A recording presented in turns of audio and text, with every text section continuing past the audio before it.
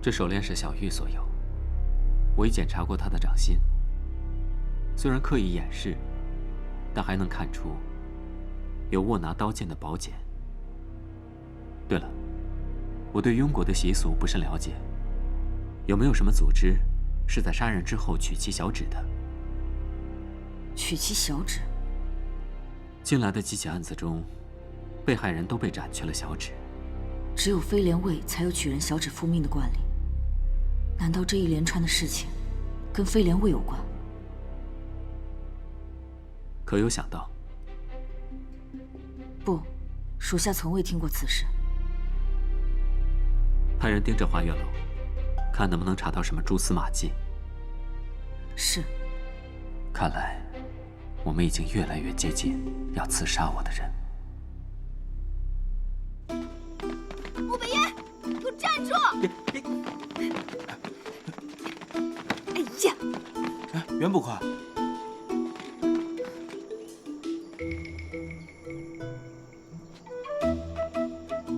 阿远，我在这儿。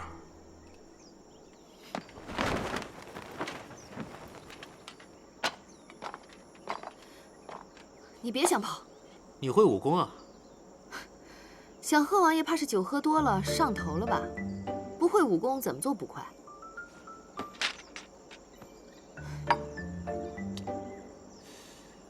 不对吧？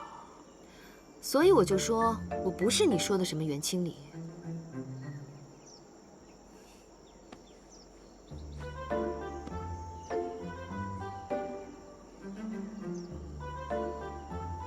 你在看什么？好东西，你可看不得。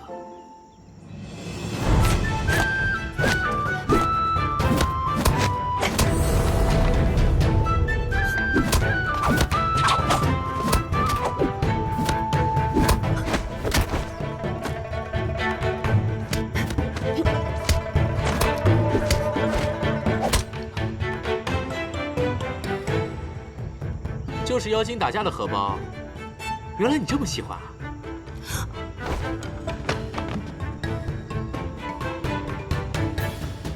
这胡闹啊！这是。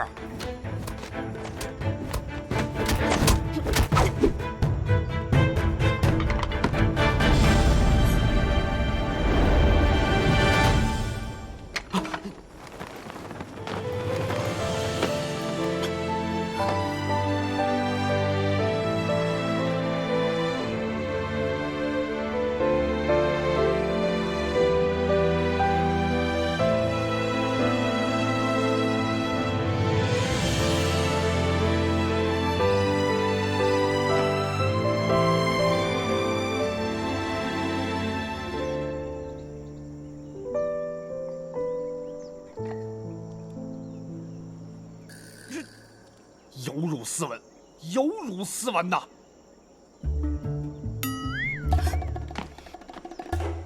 哦，我是说这荷包，这个荷包不像话，真是太不像话。或许跟案子有关，先归收县衙吧。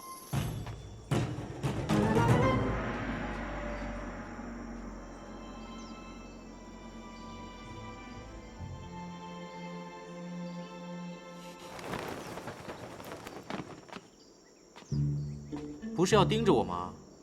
你不盯住我，我可要逃了。我真走了。哎！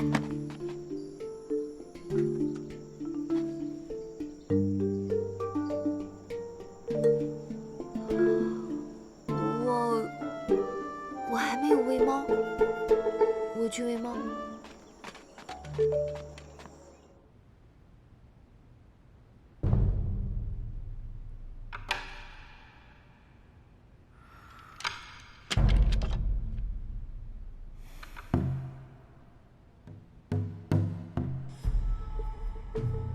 清离归来后，他被劫一案很快拒结，可如今看着，怎么疑点重重？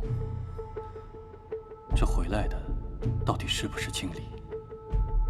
而庆和的那位阿元，除了容貌，也和清离判若两人。可如果不是，难道袁夫人认不出来？她又怎肯轻易罢休？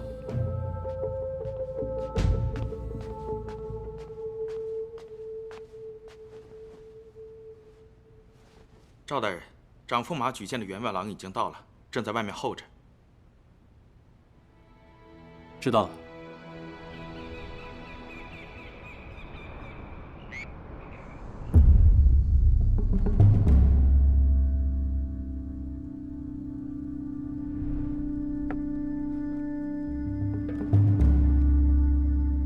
主人英明，长公主一死，长驸马举荐官员的权利果然就到您的手中了。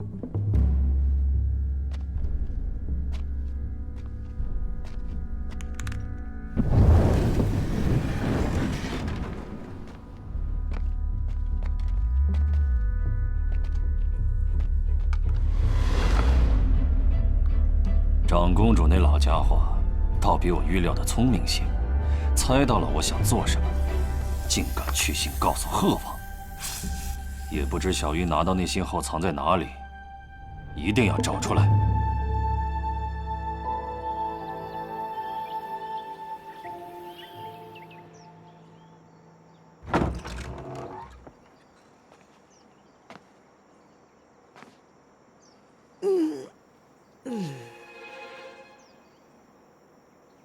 傻丫头，还真在门口盯我一晚上。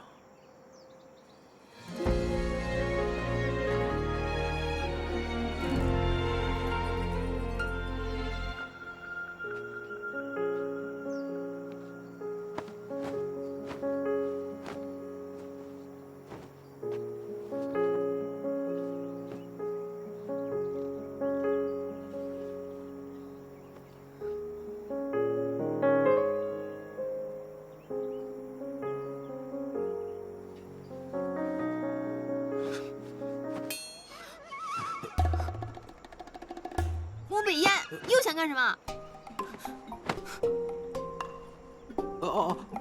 我就是想提醒你，你的猫看起来无精打采的，是不是饿了？猫咪，饿了吗？洋洋啊，我给你挠挠。哎呀，快给我挠挠！我好了，别打了。你看看，我从庆和见到你之后，多惨！一次次被你打不说，还莫名其妙就变成了杀人犯。还有谁比我更倒霉？你这么轻浮，不打你打谁啊？至于你是不是杀人犯，你自己心里清楚。我自己心里当然清楚了。其实你也相信我不是杀人犯，对不对？我不相信。小猫咪，来，饿了是吗？对猫这么好，对我这么恶劣。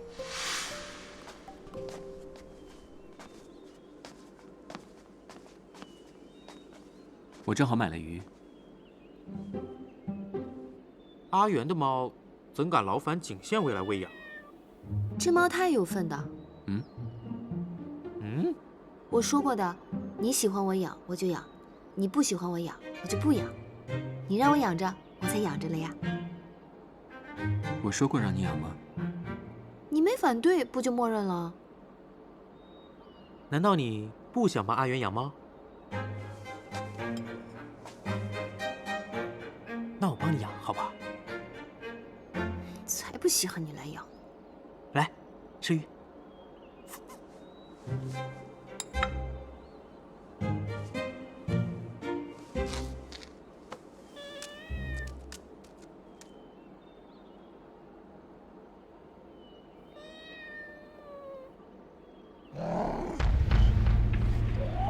猫咪，你怎么了？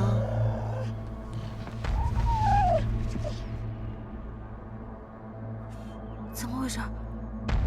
猫咪死了？你看这个猫蔫蔫的，指不定早就生病了，或者年纪大了。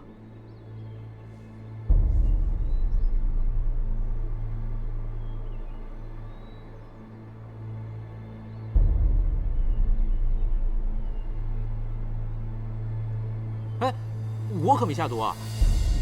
这鱼也是你拿来的，药下也是你下的。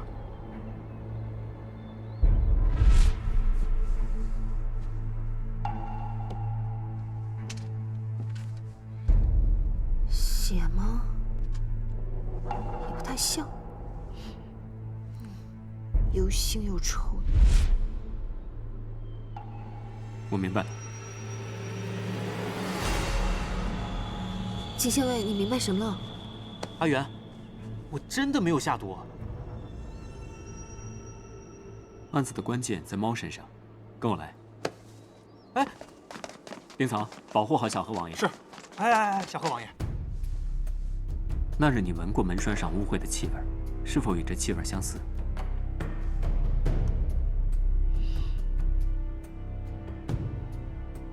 对，不过好像更腥臭些。这是鱼的内脏。那天我闻到的是隔夜的鱼内脏的腥臭味。门栓上怎么会粘上这个？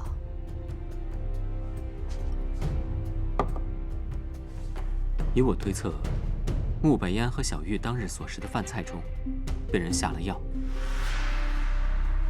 正如穆北烟所说，他当日1杯酒下肚之后，便已昏睡，直到第2日被李大人叫醒。所以，穆北烟虽然在场，却并不知情。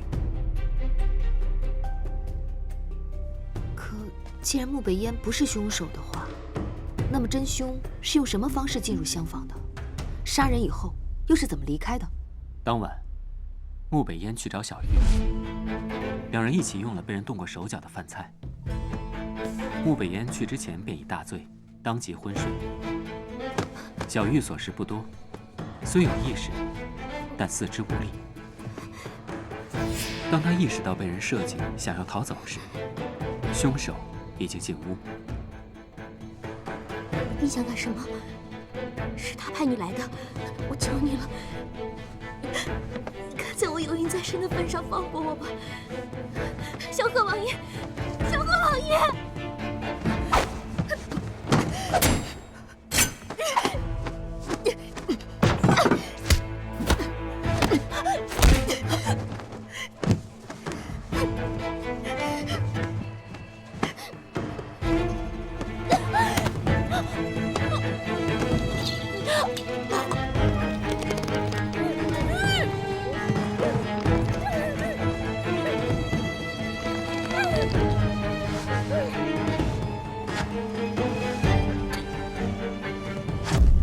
杀了小玉之后，为了掩人耳目，凶犯布下了机巧，可以让自己如幽冥般消失于现场。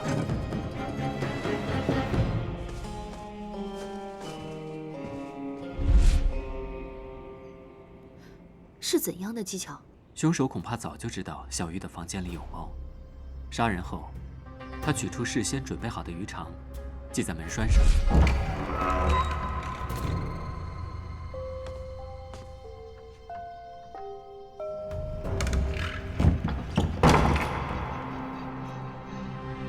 凶手走后，猫嗅到了味道，就会去吃门栓上的鱼肠，于是扯动门栓。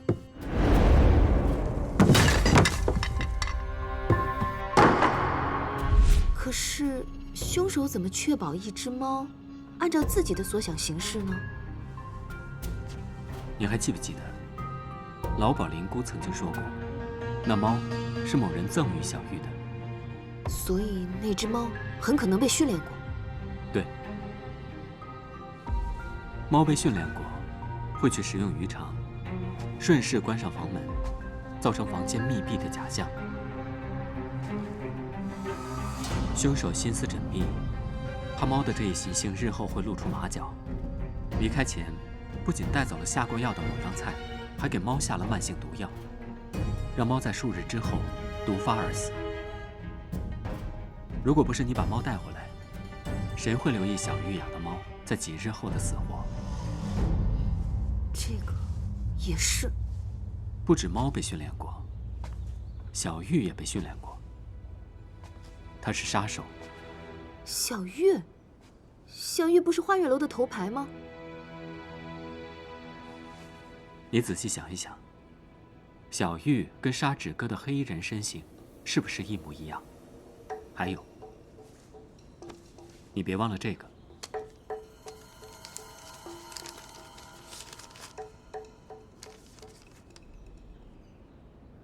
小坏应该是跟踪他到了花月楼，然后将他房间的帘子扯破了一块。可惜小坏不会说话，又畏惧他的武艺，不然早就应该带我们找到他了吧。我们原本打算第二天继续提审纸哥，究竟是谁摘去了长公主的小手指，并把破陈剑的剑鞘归还在了我的身边。如今看来，他是为了灭口。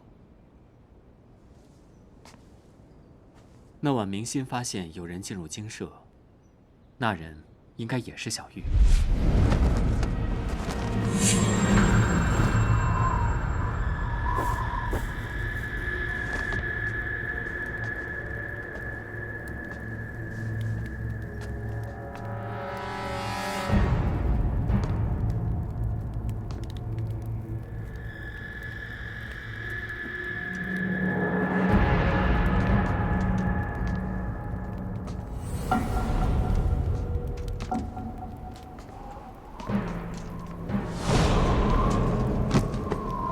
小玉是去偷信的。如果这封信跟长公主的死有关，那么纸哥杀害长公主，也极有可能是小玉所使。小玉听信于长公主被害案的幕后黑手，可是不知道为什么，小玉后来也被幕后之人给灭口了。因为是同一拨人所为，所以所有的遇害者都被摘去了小手指作为标记。阿远，有时候做人还是糊涂一些好。同一拨人所为，手法一样狡猾，他们都藏在暗处，没有人直接出手。长公主案嫁祸给了我，失败以后，推出了纸哥来顶罪。小玉案则嫁祸给了穆北烟，密闭房间里面杀人。如果说没有确凿的证据，根本就没有办法开脱。你也不认为穆北烟是凶手？我发现穆北烟他其实是个左撇子，他吃饭、用笔、系扣、穿衣皆是左手，而且非常自如。可是小玉脖子上的血痕却是右手所致。只可惜，即便我们推测出这些，还是没有真凶的线索。景县尉，你不是装糊涂吧？小玉案怎么可能没有线索呢？那猫是谁送的？而且，她肚子里的孩子总该有个爹吧？不行，我还得去趟花月楼。景县尉，一起啊！你怕有鬼？有你在，我什么都不怕。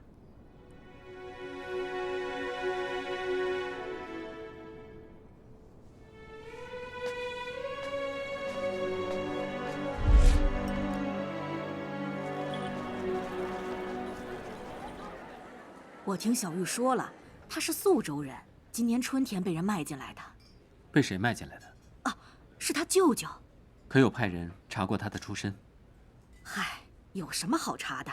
像小玉长得这么标致，我喜欢还来不及呢，当即就出了银子把她给买下了。事后就算查了，又能如何？林姑，你可知道小玉养的那只黑猫是谁送的？啊，好像是街上哪个相好送的。那天他出门去逛，回来我便看到他抱着那只猫。我问吧，他也答得含含糊糊的。我心想，一只猫也不是什么贵重玩意儿，就没再多问。小玉怀有身孕，你可知道？什么？这我从来没听他说起过呀。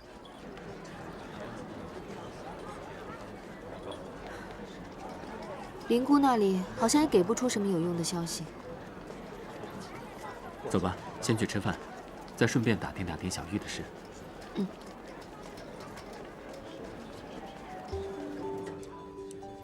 二位客官，菜齐了，请慢用。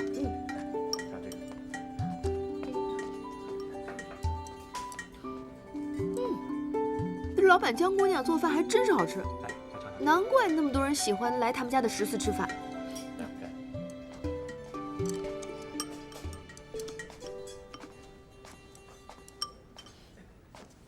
哟，这不是原野吗？原来是花月楼的傅姑娘。来，坐坐。今天我们景县尉请客，你想吃什么尽管点啊。来，坐。不必了，原野你才是秀色可餐。哎，我在旁边看着你吃，足矣。哎呦，傅姑娘，您可真会说话呀。你们2位方从花月楼出来？对啊，我们去查小玉的案子，只是那灵姑说话含糊其辞，我们查了一整天，什么都没有查到。傻瓜，妈妈只在乎她自己的得失，回答自然是有遮有掩，就算知道什么呀，也不会如实相告的。那怎么办啊？你面前不就坐着一个证人呢吗？原野，你怎么不问问我啊？问你？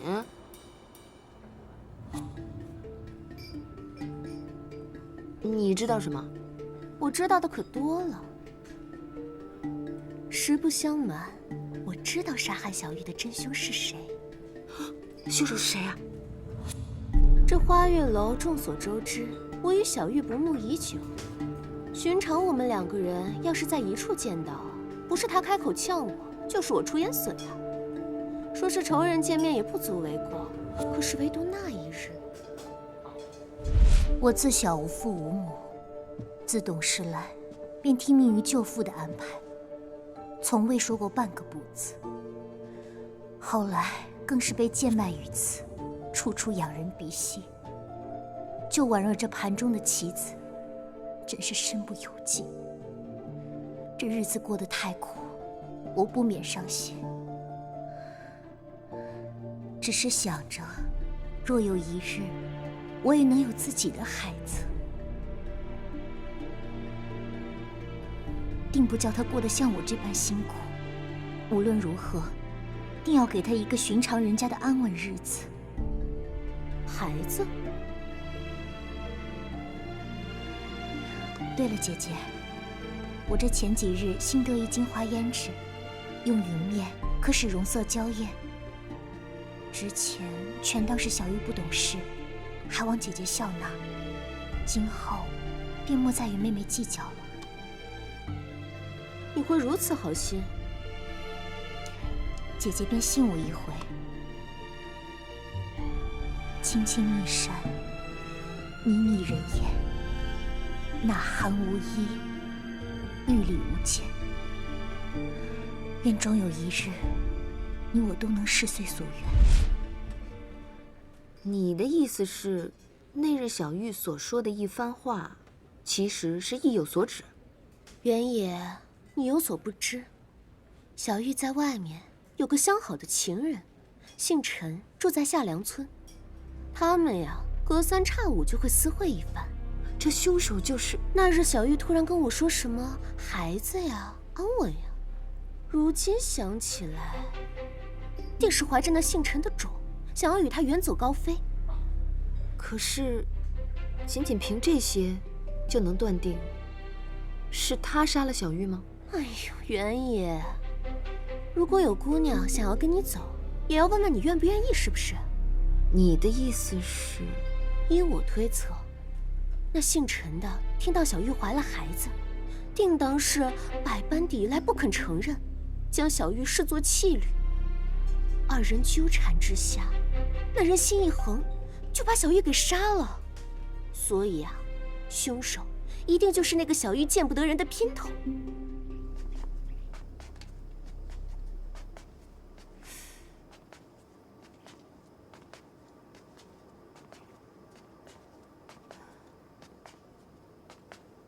下梁村不准去。我又没说要去啊。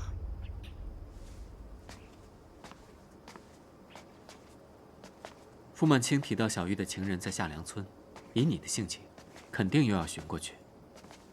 可是你想一想，若小玉的情人只是想摆脱他的纠缠，办法多的是，至于要杀人吗？更何况，小玉也并不是寻常人，那个凶手也必定不是寻常人。管他凶手是什么人，我们总要把他揪出来才行。小玉这案子从头到尾都透着一股子诡异，你不许轻易行动。可这是眼下唯一的线索了，难不成我们就这样放弃啊？我说不许便不许。你什么时候能别这么冲动？下面的行动，等我调查清楚再说。回房去。我做什么你都要拦着，把我当傻子似的。你没来的时候，我不照样抓盗贼破大案？我偏要让你知道，我这个捕快也不是随便当的。哎，小姐，你这是要去哪儿啊？夏凉村。夏凉村？不行不行，那是两县交界的地方，最近悍匪闹得可厉害了，小姐你万万去不得。我们衙门办案不是一直都和那些穷凶极恶之人打交道，怎么可能不冒险？有悍匪又怎样？我心中有道义，手中有宝剑，还怕他们？就算是真的遇上了，我把他们通通都抓起来，为民除害。那也不能现在去啊，时间不早了。景之婉拦着我不让我去，我偏要去。等我抓到了真凶，看他还怎么居高临下的教训我。哎，小姐，哎呦，小姐这么激动，不会出什么事吧？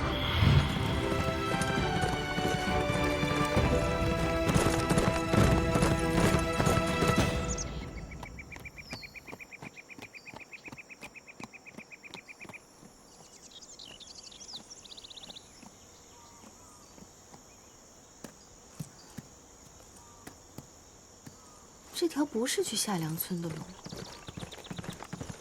难不成是这条路？跳！嗯。景县委，景县委，你这是同意了我的看法，认输了，想跟我一起来找人的？我查过了，夏凉村隶属临县，前几天已完全被土匪盘踞，临县迫不得已向朝中求救。京中应该很快就会派将领前来剿匪。你觉得小玉的情人还会在夏凉村吗？那你怎么不早说呀？我不是说了，等我调查清楚了再行动吗？我不是也想着办案吗？我原本想着先来，要是有什么问题，到时候再解决也不迟。阿远，即便为了查案，你也不能如此冲动。景县委，你是不是因为担心我，所以才这么急着跑过来的呀？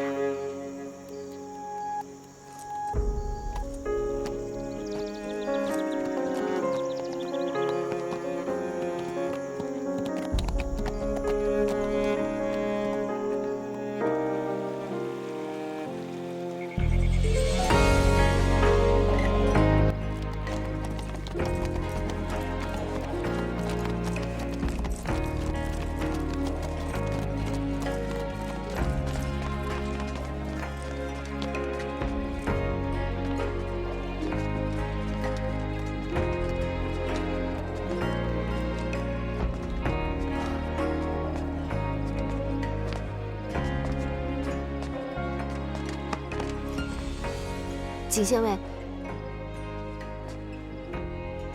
什么事？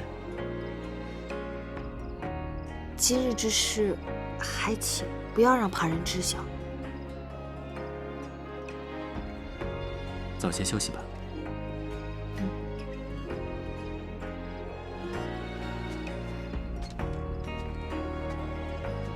这是答应了？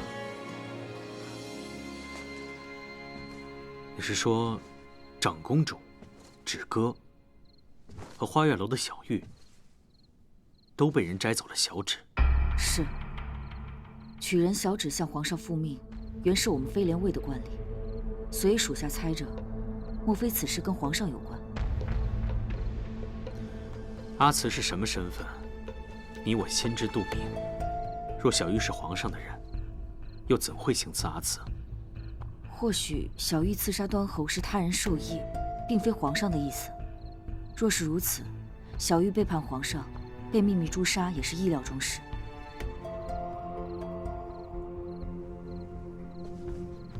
若皇上想诛杀叛徒，直接传命于我就好，我自会处置得干干净净，绝不会弄得满城风雨，连贺王府都牵卷了进来。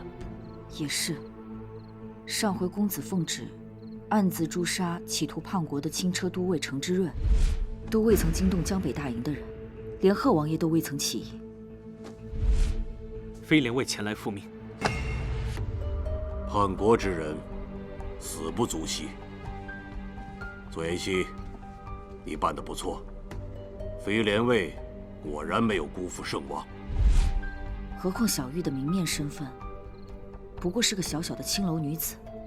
庆和接二连三发生命案，背后一定隐藏着极大的阴谋。你先回县衙，暗中保护阿慈。小玉背后之人绝不简单，如今目的不明，我担心他会对阿慈不利。是。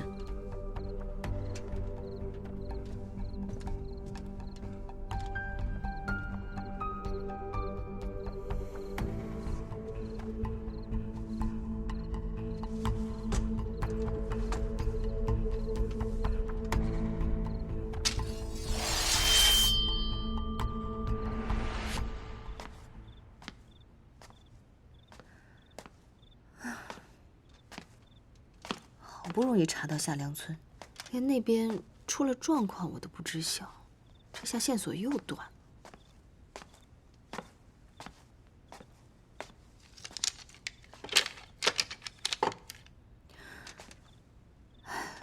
这么冲动，差点又白跑一趟。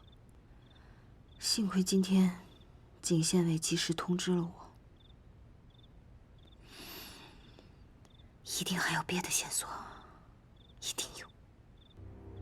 青青密山，靡靡人烟，呐喊无依，玉里无间。愿终有一日，你我都能事遂所愿。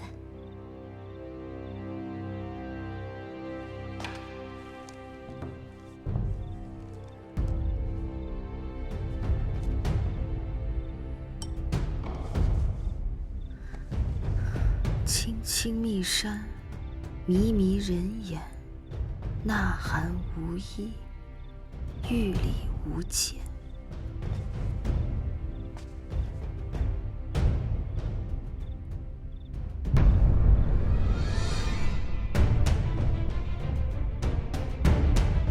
内有密信，傅满清有危险。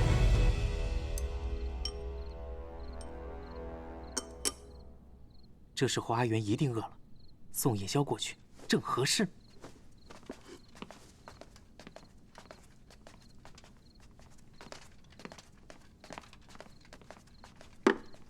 这么晚了，他们去哪儿啊？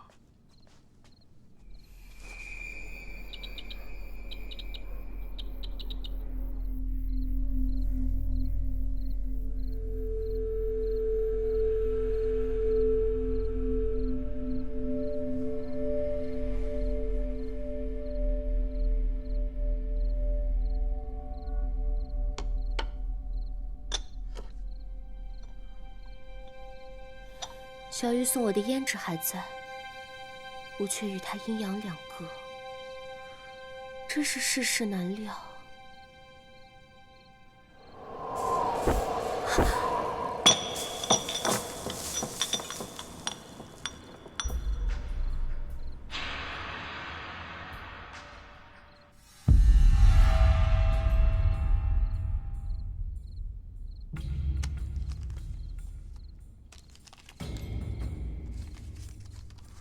贺王亲戚，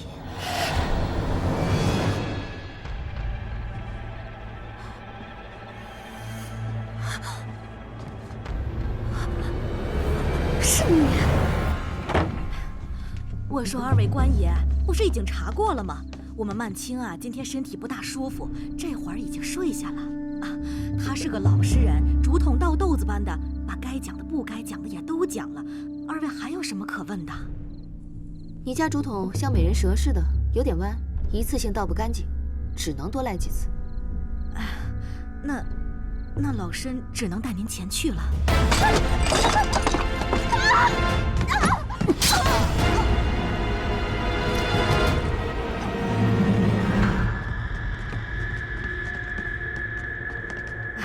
二位，曼青就在这个房间。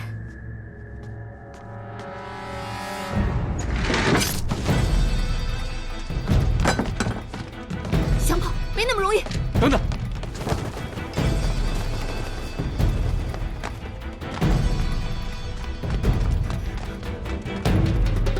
是他。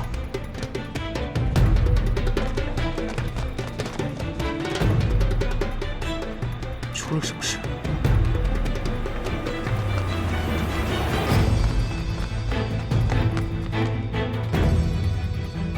快来人呐！快来人！是谁害的？不是小鹤王爷，那是谁？是他。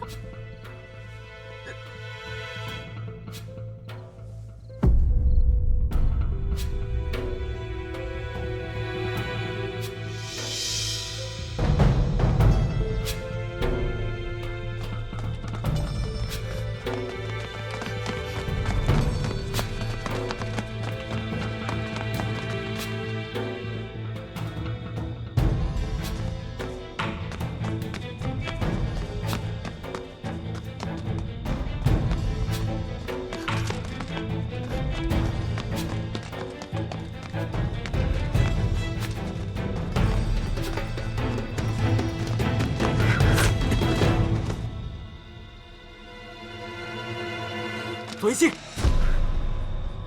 你到底知不知道自己在做什么？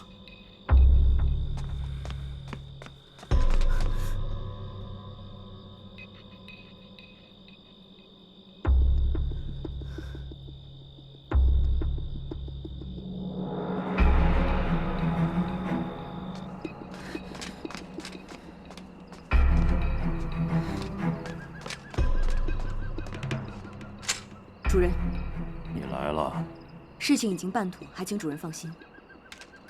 小玉临死之前的确留了密信。哼，为了个孩子就敢背叛我，真是荒谬！幸亏你赶在景子他们发现前下了手，不然又要节外生枝。等会儿把信交给我。小玉之前的事你尽快接手，我们在庆和的经营不能就此断送。还请主人放心。你说你们这两个小祖宗，这到底是怎么回事啊？啊，不是去查小玉案吗？怎么又抬回一个傅曼青来呀？大人不必烦扰，今夜的案子不难破。傅曼青是左妍希所杀，我等亲眼所见。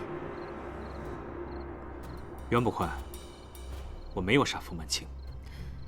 我和景县尉亲眼看见你杀人后逃出窗外的，小贺王爷则是和我一起动手截住你。